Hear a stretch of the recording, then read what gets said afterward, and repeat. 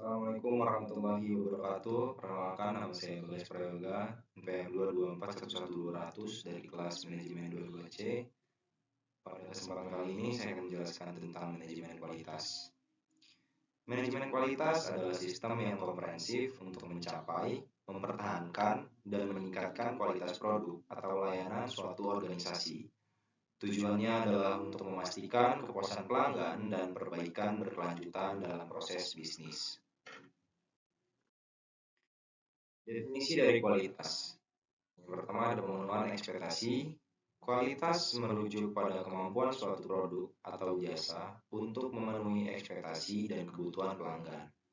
Kemudian keunggulan produk, yaitu kualitas juga dapat diukur dari keunggulan produk atau jasa dibandingkan dengan kompetitor, baik dari segi fungsionalitas, daya tahan, maupun penampilan. Selanjutnya kesesuaian spesifikasi, yaitu kualitas mengacu pada sejauh mana suatu produk atau jasa sesuai dengan standar dan spesifikasi yang telah ditetapkan. Prinsip-prinsip manajemen kualitas. Yang pertama, fokus pada pelanggan, yaitu memahami dan memenuhi kebutuhan serta ekspektasi pelanggan adalah kunci utama dalam manajemen kualitas. Yang kedua, kepemimpinan. Pemimpin yang berkomitmen dan visioner diperlukan untuk mendorong budaya kualitas di seluruh organisasi. Yang ketiga, keterlibatan karyawan. Memberdayakan dan melibatkan karyawan dalam proses pengambilan keputusan dan peningkatan kualitas. Yang keempat, pendekatan proses, yaitu mengelola aktivitas dan sumber daya sebagai suatu proses yang saling terkait untuk mencapai hasil yang lebih efektif. Yang kelima, perbaikan berkesinambungan. Menerapkan budaya perbaikan terus-menerus untuk meningkatkan kinerja dan daya saing organisasi. Yang keenam, pengambilan keputusan berbasis fakta, yaitu menggunakan data dan informasi yang akurat sebagai dasar pengambilan keputusan terkait kualitas. Dan yang terakhir, hubungan saling menguntungkan dengan pemasok, yaitu artinya membangun kemitraan yang kolaboratif dengan pemasok untuk menciptakan nilai bersama. Perencanaan kualitas. Ada tiga. Yang pertama yaitu menentukan tujuan kualitas. Mengidentifikasi tujuan kualitas yang ingin dicapai, seperti meningkatkan kepuasan pelanggan atau mengurangi biaya produksi. Yang kedua, mengembangkan rencana kualitas, yaitu menetapkan strategi, metode, dan sumber daya yang dibutuhkan untuk mencapai tujuan kualitas yang telah ditentukan. Yang ketiga, mengalokasikan anggaran kualitas, yaitu mengalokasikan dana yang cukup untuk aktivitas perencanaan dan pengendalian kualitas di seluruh organisasi. Selanjutnya, pengendalian kualitas.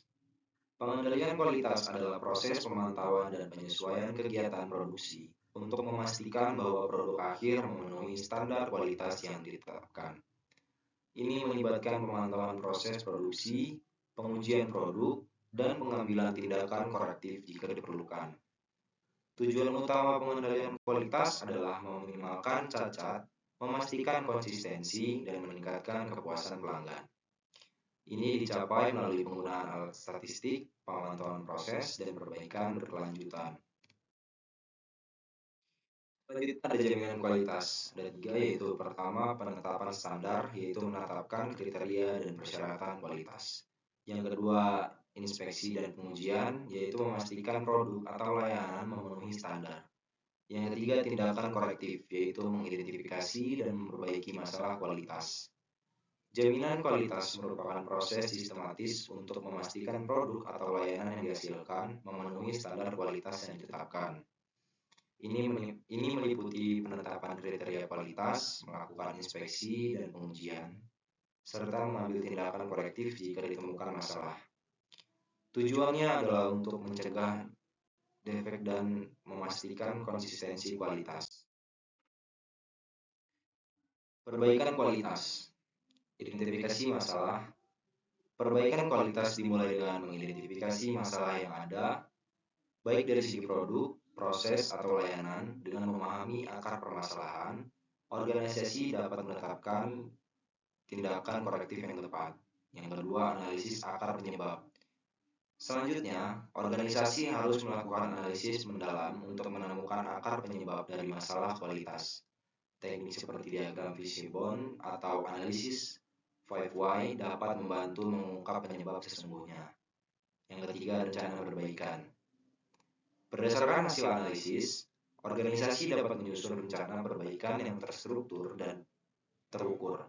Rencana ini harus mencakup tindakan korektif, target perbaikan, dan jadwal pelaksanaan yang jelas. Kemudian yang terakhir, implementasi dan monitoring. Tahap terakhir adalah mengimplementasikan rencana perbaikan, serta dengan monitoring dan evaluasi secara berkala. Hal ini penting untuk memastikan perbaikan yang dilakukan efektif dan berkelanjutan.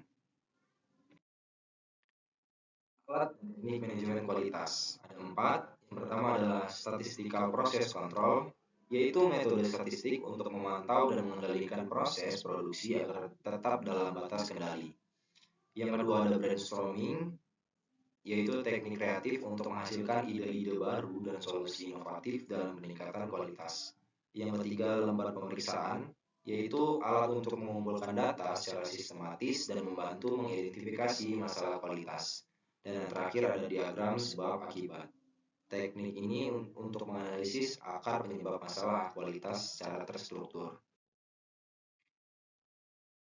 Tantangan dalam implementasi manajemen kualitas.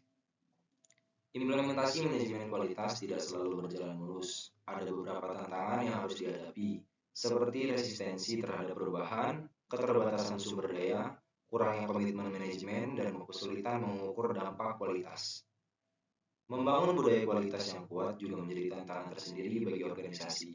Selain itu, keterlibatan seluruh karyawan, pelatihan yang memadai, dan komunikasi yang efektif juga menjadi faktor penting dalam keberhasilan implementasi manajemen kualitas.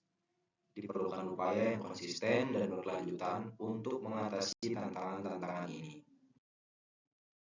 Kemudian sampai pada kesimpulan dan rekomendasi. Ringkasan manajemen kualitas. Manajemen kualitas adalah kunci untuk mencapai kesuksesan organisasi dengan memastikan produk dan layanan memenuhi kebutuhan pelanggan. Kemudian implementasi terpadu, yaitu menerapkan manajemen kualitas secara menyeluruh di seluruh organisasi, dari perencanaan hingga perbaikan akan perbaikan hasil terbaik. Yang ketiga, komitmen kepemimpinan. Komitmen yang kuat dari manajemen puncak sangat penting untuk memastikan keberhasilan program manajemen kualitas. Dan yang terakhir ada budaya perbaikan terus-menerus. Manajemen budaya peningkatan kualitas yang terus-menerus akan memastikan organisasi tetap kompetitif dan inovatif. Mungkin itu saja yang dapat saya sampaikan. Saya akhiri. Wassalamualaikum warahmatullahi wabarakatuh.